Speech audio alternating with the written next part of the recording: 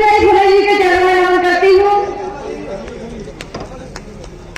भारत के संविधान के रचयिता, सिद्धों में पुराने कहे जाने वाले ज्ञान के प्रतीक बोधिसत्व और भारत रत्न बाबा साहब डॉक्टर भीमराव अम्बेडकर के चरणों में नमन करती हूँ। आरक्षण के जनक छत्रपति साहूजी महाराज के चरणों में नमन करती हूँ।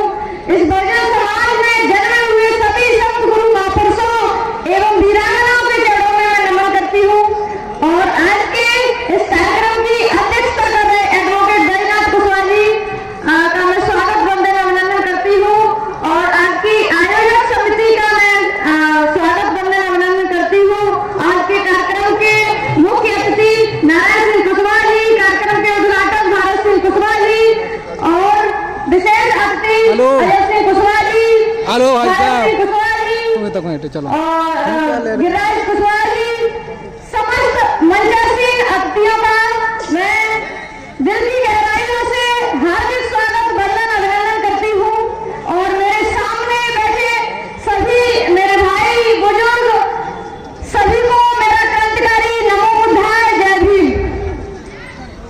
आज जिस महामानव की जयंती हम मना रहे हैं उसको आपको जानना होगा कि इन्होंने कितना बड़ा महान त्याग किया समाज के लिए, जिसकी वजह से आप जयंती इनकी मना रहे हैं।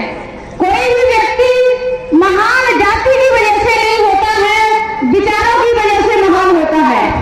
क्योंकि अगर आप जाति की वजह से ज्योतिबा फुले की जयंती मना रहे होते तो आपके समाज में हर रोज लाखों करोड़ों लोगों की मृत्यु होती है।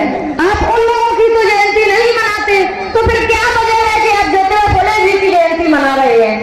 ज्योतिबा फुले जी की जयंती आप इसलिए मना रहे हैं क्योंकि इन्होंने समस्त मानव जाति के कल्याण के लिए काम किया। और महापुरुष वही कहलाता है जो निस्वार्थ भाव से समस्त मानव जाति के कल्याण के लिए काम करता है। ये मंच पर आप जितने भी महापुरुष देख रहे हैं, इन्होंने समस्त मानव जाति के लिए कल्याण के लिए काम किया है।